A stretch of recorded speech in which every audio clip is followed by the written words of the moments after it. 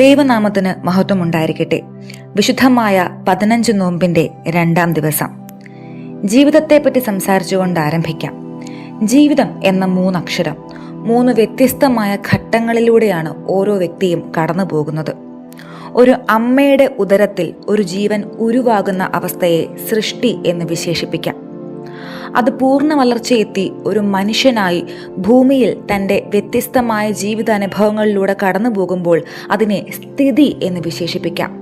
ഒടുക്കം എല്ലാ സ്ഥിതിഗതികളിലൂടെയും സഞ്ചരിച്ച് അദ്ദേഹം പരമാത്മാവിലേക്ക് ലയിക്കുവാനുള്ള സമയമാകുന്നതിനെ സംഹാരം എന്ന് വിശേഷിപ്പിക്കാം.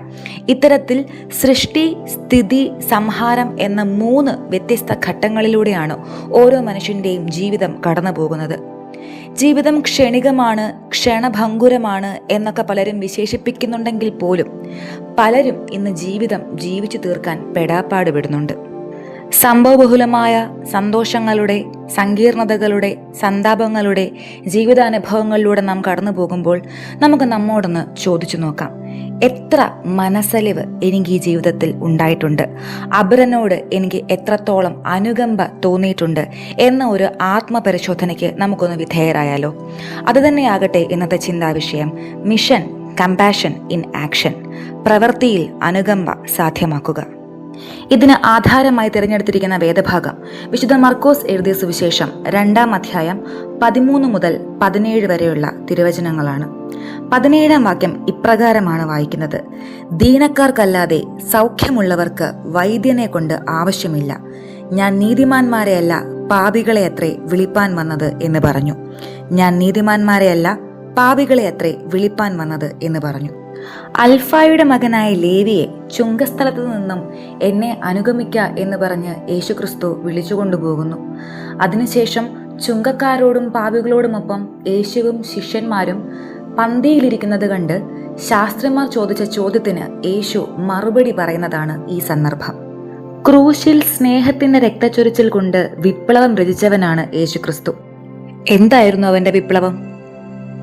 അത് സ്നേഹത്തിന്റെ വിപ്ലവമായിരുന്നു. അത് വിടുതലിന്റെ വിപ്ലവമായിരുന്നു. അത് സൗഖ്യത്തിന്റെ വിപ്ലവമായിരുന്നു. അത് മനസ്സലിവിന്റെ വിപ്ലവമായിരുന്നു. യേശുവിനെ പോലെ ഒരു വ്യക്തിക്ക് ഇത്രയേറെ അനുകമ്പ ഉണ്ടാകുവാനുള്ള പ്രധാന കാരണം എന്തായിരിക്കാം? ഒരുപക്ഷെ ഇന്നിന്റെ സമൂഹത്തിലുള്ള എല്ലാ വ്യക്തികളെയും അടക്കി ഭരിക്കുന്ന ഒന്നാണ് ഇമേജ് കോൺഷ്യസ്നസ്, അഥവാ അവനവന്റെ വ്യക്തിത്വത്തെ പറ്റിയുള്ള ഒരു ബോധം. യേശുക്രിസ്തുവിനെ സംബന്ധിച്ചിടത്തോളം അവനൊട്ടും ഇമേജ് കോൺഷ്യസ് ആയിരുന്നില്ല.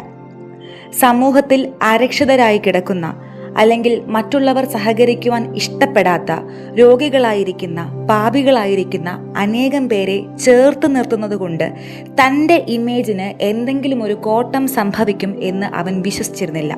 അത് മാത്രമല്ല, ഈ ഗണങ്ങളൊക്കെയും തൻ്റെ ഉത്തരവാദിത്തമാണ് എന്നുള്ള ബോധം യേശുക്രിസ്തുവിന് ഉണ്ടായിരുന്നു എന്നുള്ളതാണ് അവൻ്റെ അനുകമ്പയുടെ, അല്ലെങ്കിൽ അവൻ്റെ മനസ്സലിവിൻ്റെ പ്രധാന കാരണം. മനസ്സലിവ് വാക്കിലല്ല പ്രവൃത്തിയിലാണ് ഉണ്ടാകേണ്ടതെന്ന് യേശു നമ്മെ ഈ ഭാഗത്തിലൂടെ പഠിപ്പിക്കുന്നു.